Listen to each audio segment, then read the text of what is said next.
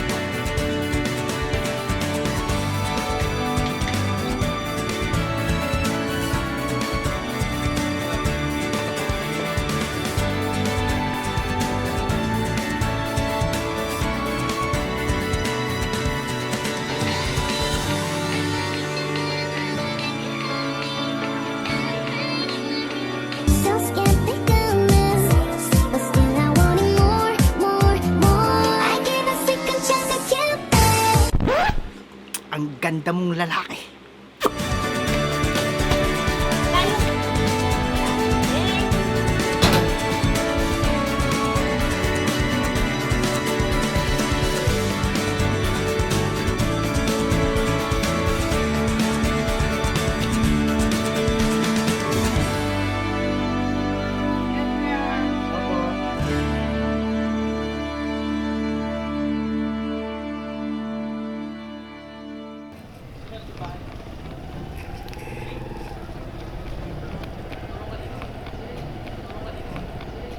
Uy! Uy! Ay, ikaw pala yan. Di mo na ako naalala, no? Mukhang late ka na. Nag-aaral ka pa din? Oo. College na, graduating. Kaya nga medyo stress ako these days. Sana all nag-aaral pa. Sana all graduate na. Balita ko, cum laude ka daw ah. Congrats ah. Hindi na kita nabati last year. Salamat sa Diyos. Naawa ng Diyos, nakatapos din kasama ang sipag at tiyaga. Bakit? Wala lang, naalala ko lang yung mga kalokohan natin dati. Ang kukulit natin, napakapasama yun. Oo nga, Diyos me. Naalala ko pa yun, parang kahapon lang eh. Tandang-tanda ko pa. Oo nga eh. Kahit ako rin. Ba't nga ba tayo nagkahiwa-hiwalay? Ewan ko nga eh. Ang alam ko, si Johan, nagkapamilya na. Si Jed, nag-ibang bansa. Si Lance, naalala mo si Lance? Oo, si Lance. Nag-addict na yun. Hindi, joke lang. Kaya nga ano eh. Parang mas magandang magkaroon man lang tayo ng catch-up ba? Catch up, maganda yan. Sige, kailan ba? Bukas agad, G. Bukas? Anong oras? Anong araw ba bukas? Sabado. Sabado. Ay, may cell group kami sa church bukas. Gusto mo sumama sa akin ng cell group bukas? Doon na tayo mag-catch up after. Sa church? Oo, sa church. Sige, chat kita pag makakasama ako. Sige. Message mo ako sa messenger ha. Sige. Sa inuman, may iba't ibang ganap ang magkakaibigan. Una, tanggero. Sila ang taga-ikot ng tagay sa buong session. Sila din ang pinakamagaling magtimpla sa tropa. Pangalawa, taga-tira ng pulutan. Sila na nga ang may pinakaunting ambag sa inuman at sila pa yung taga-ubos ng pagkain. Siya din yung palihim na tinatapon ng shot dahil di na kaya. Pangatlo, Englishera / broken-hearted ng tropa. Sila yung pinakamalas sa love life ng magkakaibigan. Napapa-English din dahil sa epekto ng tama ng alak. Pangapat, susuka pero hindi susuko. Siya yung inom ng inom pero sinusuka din naman. Pero dahil siya din ang may pinakamalaking ambag, sige lang ang inom niya. At panghuli ay ako, taga-alaga at mature sa buong tropa. Ako ang chaperon sa magkakaibigan at yung hindi masyadong nainom dahil may mga isip bata akong kailangang alagaan sa inuman. Oh, tumagay na kayo. Nakikita ko pag di kayo sumasyat ha. May tagaday ako eh. Sige lang, kanina pa ako shot ng shot eh. Halos ako na kumukuha na kay Bianca.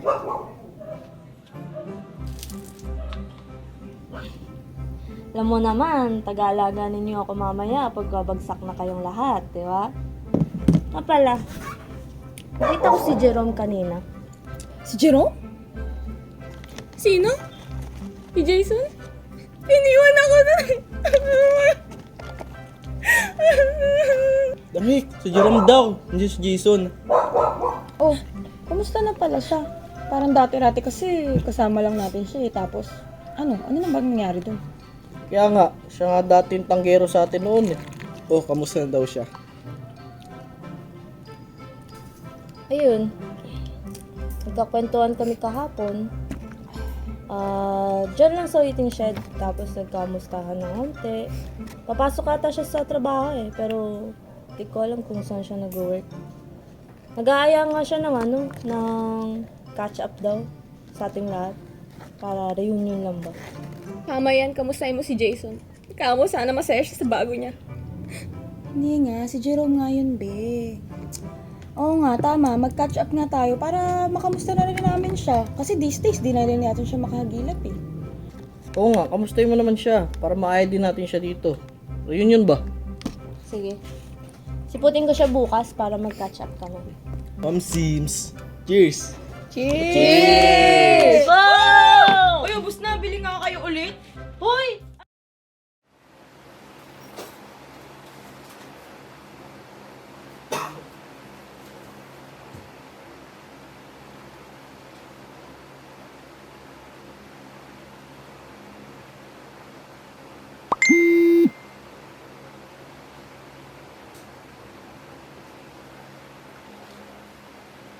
Kaya ho malinaw ang sinasabi ni Apostol Pablo sa aklat po ng 2 Korinto 5:17, kaya ang sino man na nakipag-isa kay Kristo ay isa ng bagong nilalang. Wala na ang dating pagkatao, siya ay pawang bago na. Hey, welcome sis! Pasok po kayo. Ay, si Bianca pala to. Halika, Bianca, dito ka. Hello po. Mga kapatid, si Bianca po, kababata ko. Hello po. Welcome po kapatid.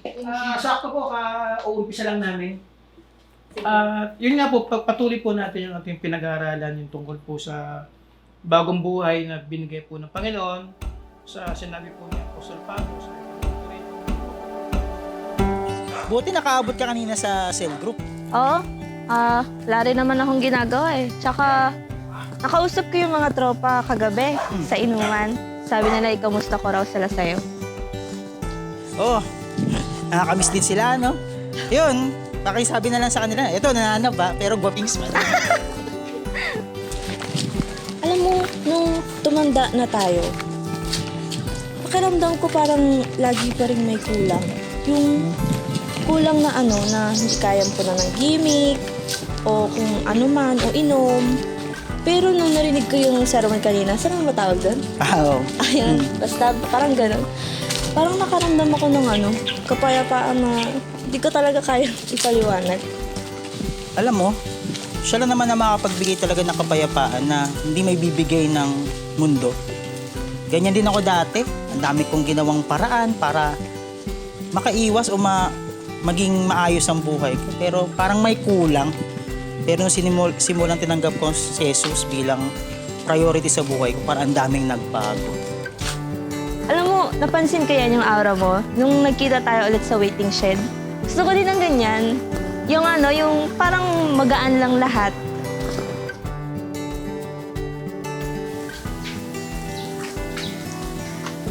Kailan yung susunod yung cell group? Pupunta ako. Totoo ba?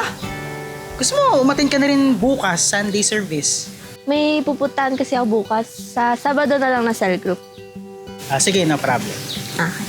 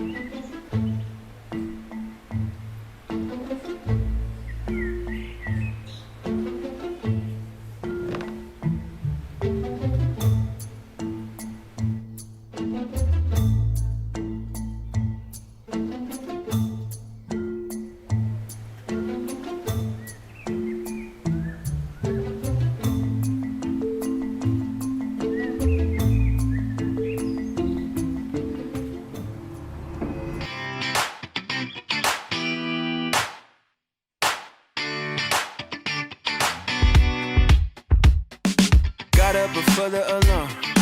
Sunlight replacing the stars. Finding my phone in the dark. Putting my life on restart. So many places to go. Asking what's best, I don't know. Each hour's an hour you make. So I know it's gonna be strange. One more day. I believe that it's gonna be all okay with you. In love, I gotta breathe. I'm awake. My heart is beating for you. Your love is all I need. Another day, I'm gonna live it for you. I'm giving thanks for another day. Giving thanks for another day. Thank you for one more day. I'm giving thanks for another day. Giving thanks for another day. No one can tell me what's next, or just how much time I got left. Hourglass half full of sand, but I know it's all in your hands. There is no me, only us. It's only in you I would trust. Yo, goodbye to fear and a doubt. Hello to your love reaching out. Feeling like one more day. Wanna show that I'm gonna go all the way with you. One more in love, I gotta breathe. I'm awake. My heart is beating for you.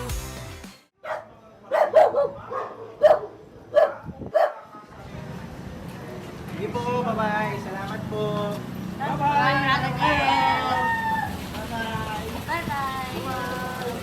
Yes po. Ingat. Yes.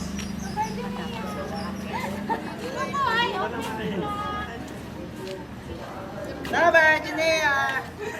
Bye-bye! Bye-bye.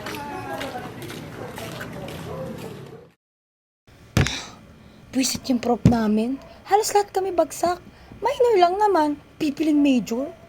OMG! OMG! Yung prof? Ano subject ba yan? NSTP, be. May pa-research pa.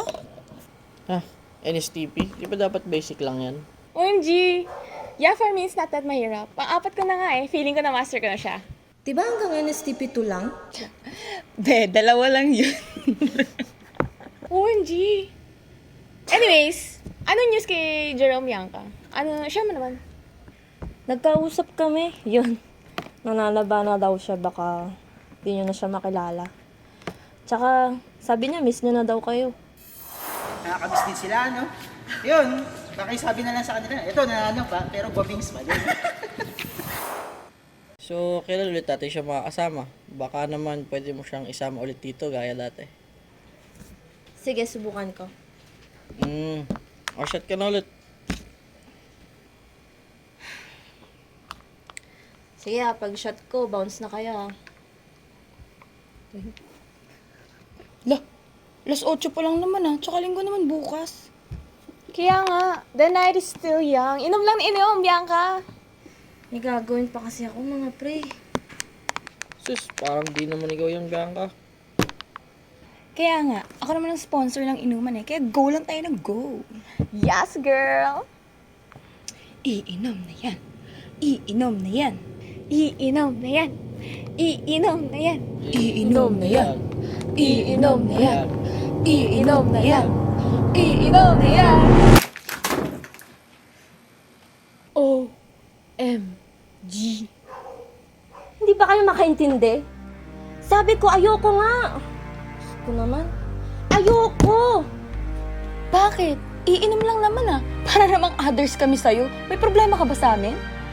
Eh, wala. Wala, syempre. Wala naman pala. Ba't ganyan ka?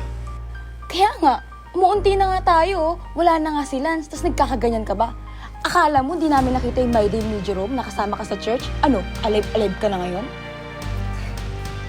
Oh, ano masama dun? Kayo nagsabi, diba, na mag-catch up ako sa kanya. Diba? Ano masama sa pag-church ko? Walang masama sa church. Kaya siguro hindi na nakakasama sa atin si Jerome dati dahil sa church na yan. Tapos matutulog ka pa sa kanya? Guys, tropa pa rin tayo kahit nagsisimba ako. Tropa nga, pero magiging busy ka din naman. Ayaw lang namin mawala sa pagtutropa. Kung hindi nyo naiintindihan yung nararamdaman ko tsaka yung ginagawa ko, umalis na lang kayo! Umalis na kayo! Hirap yung kausap.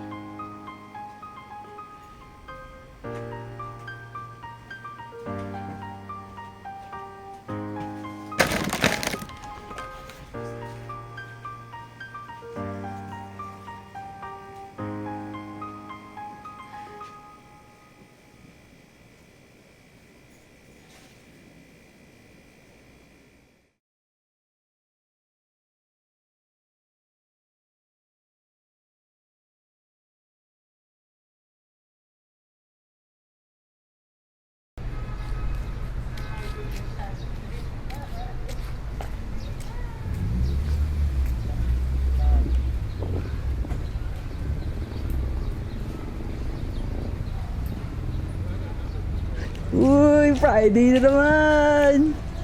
Ano? Inom? Mamaya, G? Sige. Mamaya Sige, punta na ako dyan.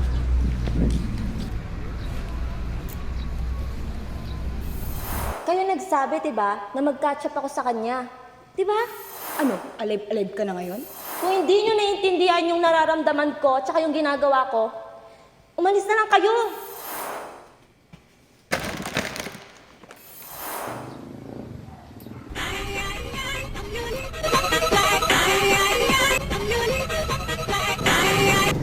Hello? Yan pa din ringtone mo? Kaya nga, ikaw na lang ata may ganyang rito eh. Ala, walang yan. Nandito wala kayo.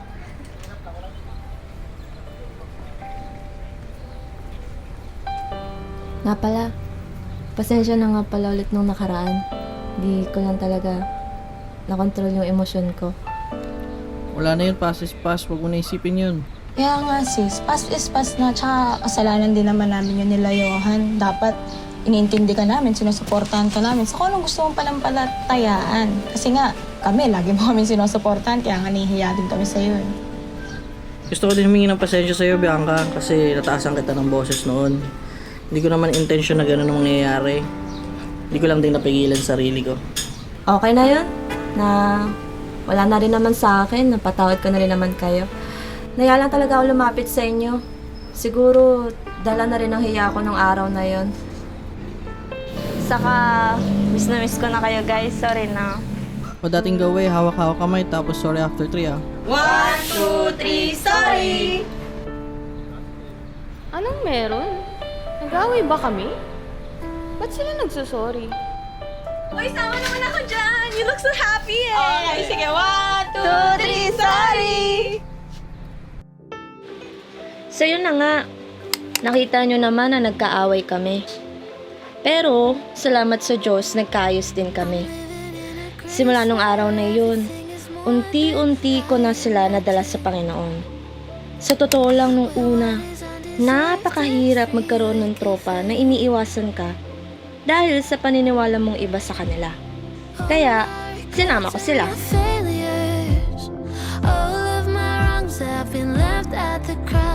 Nakakatuwa lang na dati ako yung inaaya ni Kuya Jerome, papunta kay Lord. Pero ngayon, ako na yung umaakay sa kanila.